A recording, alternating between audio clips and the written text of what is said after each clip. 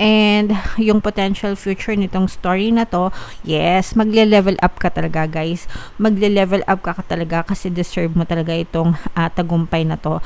And deserve mo na lumabas yung best version of yourself mga kapiksi. In your potential future talagang level up, no? Ikaw ang susi. Ayan, no? Nakikita mo ba? Ikaw ang susi. Napakalaking susi niyan. Ikaw ang susi sa ikatatagumpay mo.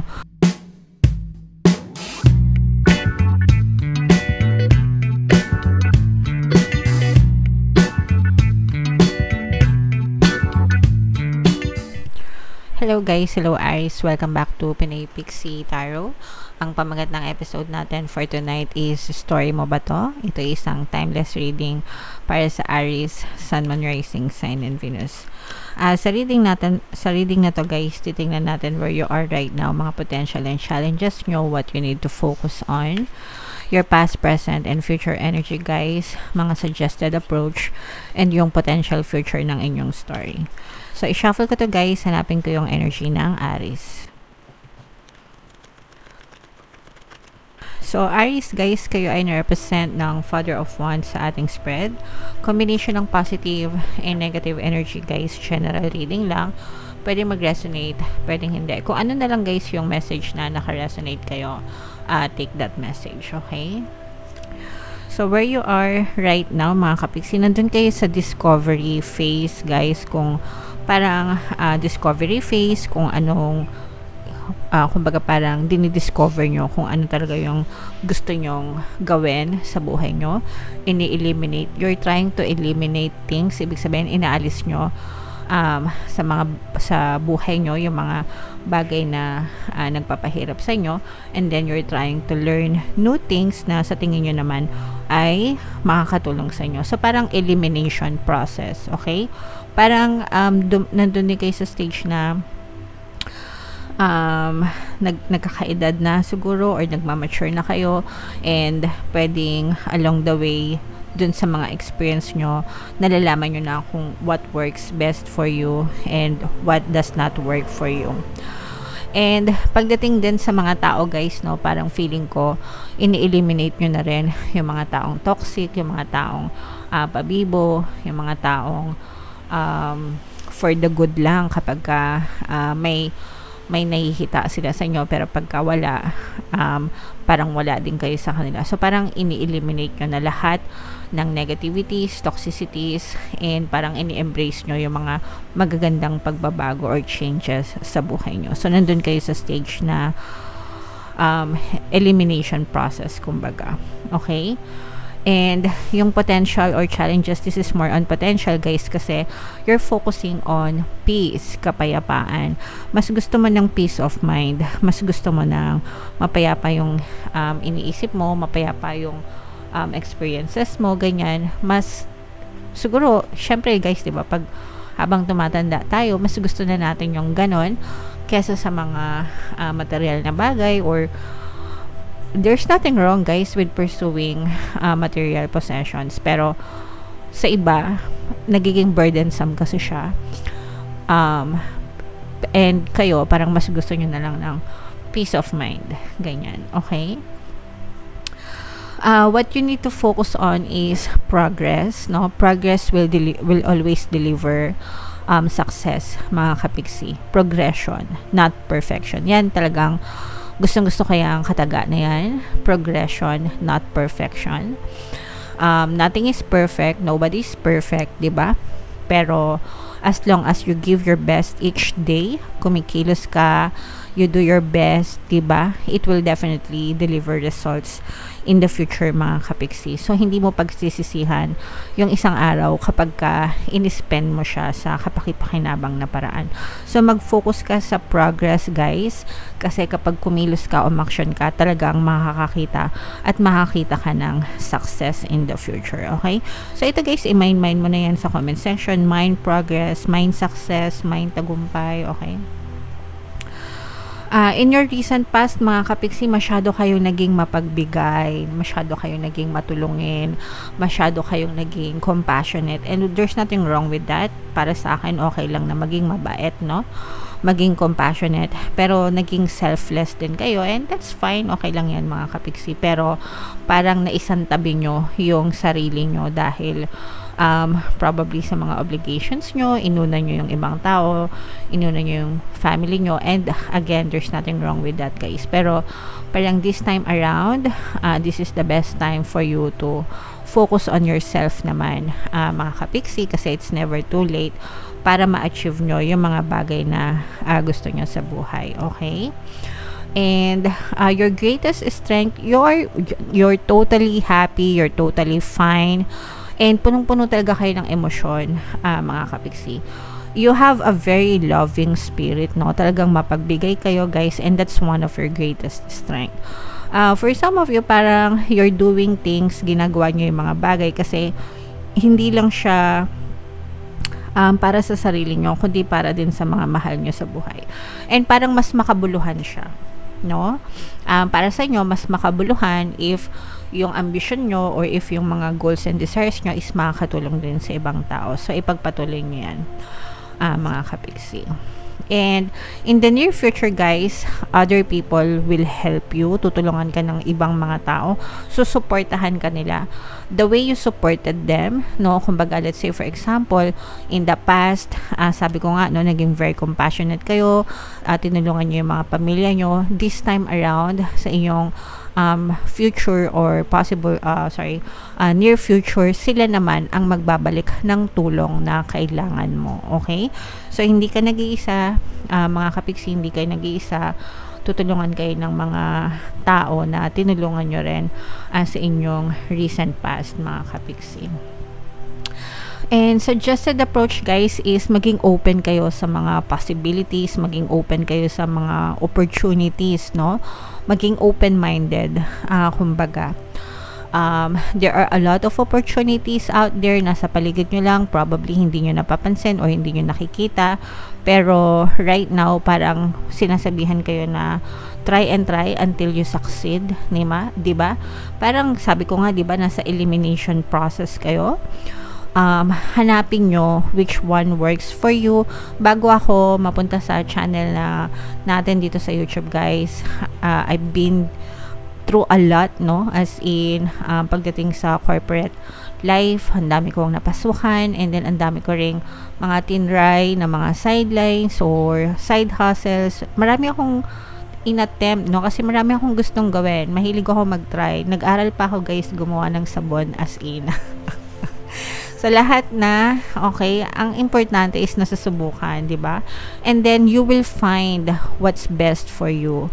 Kung saan ka talaga nag-fit. Kayo din, makikita nyo rin talaga, guys, kung saan kayo mag-fit. So, try and try until you succeed, mga kapiksi. What you need to know, guys, is to focus on yourself. Focus on becoming a better version of yourself. Huwag kayong titigil na sa pag-i-invest sa sarili nyo, no? Ng mga bagong kaalaman, ng mga bagong discoveries for yourself. Kasi sometimes kahit matanda na tayo, dun lang natin nalalaman kung ano pala yung talagang gusto nating gawin sa buhay natin. So, find yourself, no? Hanapin mo yung sarili mo, find your passion, kung ano talaga yung gusto mo. Alright? And then, go for it. Okay? And then, your hopes and fears, this is more on hope, guys. Parang meron kang alter ego, mga kapiksi. Parang, yung successful version ng sarili mo, tutulungan ka niya para maging successful ka in your endeavors. Hindi ko alam kung nagigets nyo yung ibig kong sabihin, pero there's always a multiple version na nag-e-exist within us, no? So, merong ikaw na successful, merong ikaw na confident, merong ikaw na mahiyain, merong ikaw na matatakotin, merong ikaw na doubtful, merong ikaw na matyaga, merong ikaw na mapagpasensya, merong ikaw na bugnutin. Okay? So, I'm sensing na parang yung pinaka the best version ng sarili mo, lalabas siya para tulungan ka. Okay? Naintindihan nyo ba? Sana naintindihan nyo, pero parang yun yung maha-highlight sa inyo sa mga susunod na araw. Aries, yung version mo na perseverance, ano tawag dito, matyaga, yung version mo na mahaba ang pasensya, yung version mo na very inspired, yung version mo na positive, no? Parang siya yung magiging dominant sa'yo para daling ka niya sa tagumpay na ninanais mo sa buhay. Okay? So, i-mind mo yan, mind better version of yourself, no? Para talagang maramdaman mo, I am the better version of myself, no? Comment niyo yan sa baba, guys. I am the best version of myself. I am in the best version of myself. Okay? Again, I am in the best version of myself para talagang mapalabas mo yung best version ng sarili mo na tutulong sa iyo. Okay? Alright. And yung potential future nitong story na to, yes, magle-level up ka talaga, guys. Magle-level up ka talaga kasi deserve mo talaga itong tagumpay na to, and deserve mo na lumabas yung best version of yourself, mga kapiksi. In your potential future talagang level up, no? Ikaw ang susi. Ayan, no, nakikita mo ba? Ikaw ang susi. Napakalaking susi niyan. Ikaw ang susi sa ikatatagumpay mo, Aries. Kaya i-mind mo yan sa comment section. Mind success, mind tagumpay, mind level up ng kabuhayan, mind best version of myself. Okay, para talagang ma-experience nyo siya sa inyong physical reality. Alright, so comment down below, Aries, if feeling nyo, story nyo ba yan. Shuffle natin to, guys. Tingnan natin yung additional na message para sa inyo. Habang sinashuffle ko to, panoorin nyo muna yung video natin regarding sa ating paano mag-manifest ng abundance video course. Kapiksi, sawa ka na ba sa mga struggles at hirap sa buhay mo? Masipag ka ba at masikap sa buhay ngunit hindi ka pa rin umaasenso? Ilang beses ka na bang nag-attempt mag-negosyo at mag-invest pero palagi ka pa rin nalulugi? Sa pagkakataon na ito ay maaaring may subconscious beliefs ka na nagiging balakid sa iyong pag-unlad at pagyaman. Introducing, paano mag-manifest ng abundance video course. Dito ay matututunan mo ma-overcome ang mga balakid mo para tuluyan ka ng umunlad, umasenso, sumagana, maging matagumpay, successful at maswerte sa iyong kabuhayan, pera, trabaho, negosyo sa lapi at kaperahan ng bonggang-bongga. Dali, mag-send na ng email sa pinoypixie@gmail.com at simulan na ang iyong pagyaman ngayon.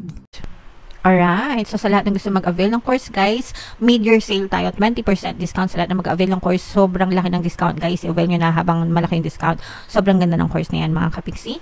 And meron tayong bagong course, guys, paano mawala ang third party at magkaroon ng harmonious na relationship para sa mga kapiksi natin na nagdurusa dahil sa mga kabit or third party sa relasyon nila. Para sa inyo yung course na yan. Opening sale tayo, guys, until June 30. Napakalaking discount, 30% discount. I-avail nyo na habang malaki pa yung discount, mga kapiksi. So, Aries, ito yung mga additional message para sa inyo. We have cycles and rhythms. Honor the cycles of your body, energy levels, and emotions. Pakinggan nyo yung sarili nyo, mga kapiksi, okay? Pakinggan nyo yung emosyon nyo because your emotions, it will serve as your feedback, no? Kung ano yung iniisip mo. Kasi yung emosyon mo, guys, sumusunod yan palagi sa pattern of thoughts mo. Pagka malungkot ka, ibig sabihin malungkot din yung iniisip mo. So, ask yourself, ba't ko to iniisip? Okay? And then, pag tinanong mo yun, tanungin mo rin yung sarili mo, magbe-benefit ba ako dito? O, makakasira lang ito sa akin, 'di ba? So, kung alam mo makakasira sa iyo, stop thinking about it, i-divert mo yung attention mo sa ibang bagay. Think about good things, positive things para maganda lang din yung mangyari sa iyo. All right? And then start delegating, guys. Sabi ko nga sa inyo, in the near future, maraming taong tutulong sa inyo. So, ask others to help you, mga kapiksi, instead of trying to do everything. Kasi, sabi nga nila, diba, 2 heads are better than 1. More heads, syempre, mas masarap, mas madali, guys. Okay? So, wag kayong mahiyang humingi ng tulong sa ibang tao, mga kapiksi. Okay? So, yan ang mga messages para sa inyo. Aries, super nice, super ganda. Comment down below, guys, if feeling nyo nakaresonate kayo dyan, kung story nyo ba yan. And itong mga pinapamind ko sa inyo, guys, i-mind nyo na sa comment section, wag nyong kalimutan. Ito yung ating mga pampaswerte subliminals. Pakinggan nyo guys para makatulong sa inyo. And ito naman yung ating success stories ng paano mag-manifest ng abundance video course. Click here to subscribe guys and click here to join our membership program. Thank you for liking, sharing, and subscribing. And see you again next time. I love you all guys. Have a nice day. Bye-bye.